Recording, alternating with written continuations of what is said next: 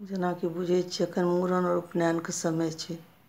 और फेर वएह बात हमरा गीत गाबऽ नहि अबैए। कतहु भास टूटैए, कतहु साँस नहि लेले परेशानी होइए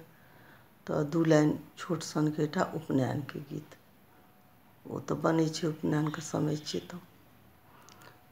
कोने बाबा जयतानि कुंजवन ओ जे लाओता पलास दंड हे ओ जे लाओता पलास दंड हे कोने आमा कटती जनवा सूत ओ जे कोने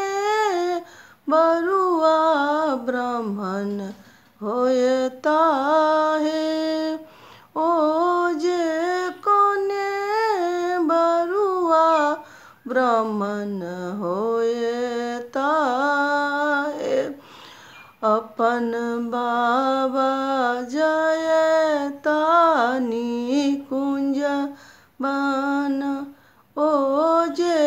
लाओता पलास दंड हे ओ जे लाओता पलास दंड हे अइह बयमा कटती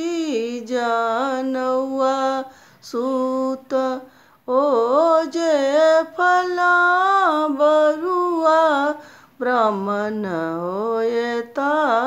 हे ओ जे फला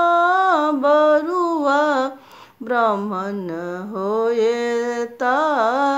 हे मरबहि ठार भेल बरुआ से फला बरुआ ओ जे बाबा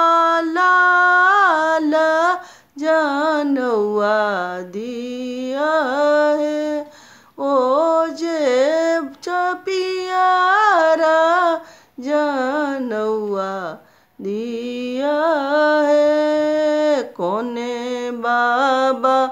जयतानि कुंजवन ओ जे लाओता पलास दंड